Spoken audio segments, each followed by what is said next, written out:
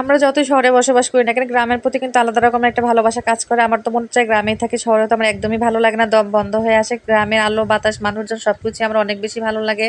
আসসালামু আলাইকুম, কেমন আছেন সবাই? এই তো যে ফুল গাছটা দেখাইতেছি, এটা কিন্তু আমার আম্মার হাতের ফুল গাছ। আমার আম্মা পৃথিবীতে নেই, কিন্তু আম্মার হাতের স্মৃতি কিন্তু আমরা এখনো রেখে দিছি।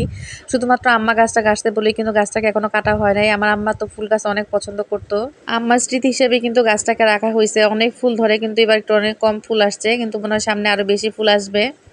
এই গাছটা কার কার বাড়িতে আছে? আমাদের বাড়িতে তো ছোটবেলা থেকে দেখতাম যে প্রচুর ফুল গাছ ছিল। আর এই তো এই পাশে আমার আব্বা লাইয়ের জাংলা দিছে, লাইয়ের জাংলার ঝাড় যেটাই বলে না কেন। এবার তো দেখতেছি পুরো বাড়িতে এমন লাউ গাছ দিয়ে ভরা, মানে ফ্রেশ ফ্রেশ লাউ খেতে কিন্তু বেশ ভালো লাগে। আব্বা তো ছোটবেলা থেকে দেখি যে কম বেশি সব ধরনের ফল গাছই বাড়িতে রাখে, মানে লাগায়। আমাদের বাড়িতে কিন্তু সব ধরনের ফল গাছই আছে, লিচু গাছ থেকে শুরু করে এই তো কমলা গাছ, ছোট ছোট কমলা ধরছে। কমলাগুলো খেতে একদমই মানে ভালো না, তারপর এতটাই ফল ধরে, মানে আর যখন পাকে এতটাই লোভনীয় লাগে। জানি না এটা ফলটা আসলে কখনো মিষ্টি হবে কিনা, মানে একদমই চায়না কমলার মতো, কিন্তু খেতে কিন্তু একদমই টক, অনেকটাই মানে কি বলবো, এতটাই বাজে একটা খাবার। কার কার বাড়িতে এই কমলা গাছ আছে অবশ্যই কিন্তু কমেন্ট করে জানাবেন। অনেকের বাড়িতে হয়তো বা আছে, তারাও কি এইভাবে আমাদের মতো খেতে পারেন না, শুধু দেখে যেতে হয়? শীতের সময় কমলাটা ধরে, এতটাই কমলা কালার হয়, মানে 1-2 মাস থাকার পরে খুবই একদম চায়না কমলার মতো হয়ে যায়।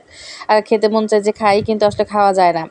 আর এই তো আমাদের বাড়িটা একদমই ভালোবাসে শূন্য থাকে, মানে একদমই মানুষ থাকে না, শুধু আমার আব্বা একা থাকে। বাড়িটা আমাদের অনেক বড়, কিন্তু থাকার মতো কেউ নেই। আমরা যখন মাঝে মাঝে তখন থাকি, এছাড়া কিন্তু আব্বা শুধু একাই থাকে, মানে ভালোবাসা ছাড়া থাকে এই বাড়িটা।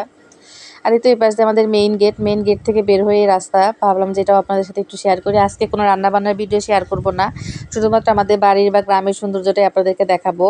এই দেখেন, এই পাশেও আমার আব্বা একটা লাউয়ের জাংলা দিছে, এই গাছটাতেও ভালোই লাউ আসছে।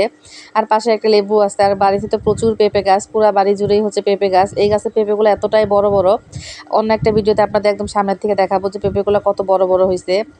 গ্রামে যারা থাকে তাদের কিন্তু তেমন কোনো সবজি কিনে খেতে হয় না, কারণ তারা সব সবজি হচ্ছে নিজে হাতে লাগায়। আর আমার আব্বার হাতে এত ভালো, যে কোনো সবজি গাছ লাগাইলে কিন্তু প্রচুর ফলন হয়। শীতের সকালে কিন্তু আবহাওয়াটা বেশ ভালো লাগে। আমি তো সকালেই অনেক সকালে ভিডিওটা করছি, আবহাওয়াটা কিন্তু একদমই ঠান্ডা ছিল, অনেকটাই ভালো লাগতেছিল। ভাবলাম যে আপনাদের সাথে একটু শেয়ার করি, সবসময় তো রান্নার ভিডিও শেয়ার করে, আজকে একটু প্রাকৃতিক পরিবেশ শেয়ার করলাম।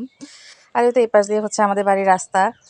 আর যাই হোক, সবাই ভালো থাকবেন। আজকে ভিডিও এই পর্যন্ত, সবাইকে আল্লাহ হাফেজ।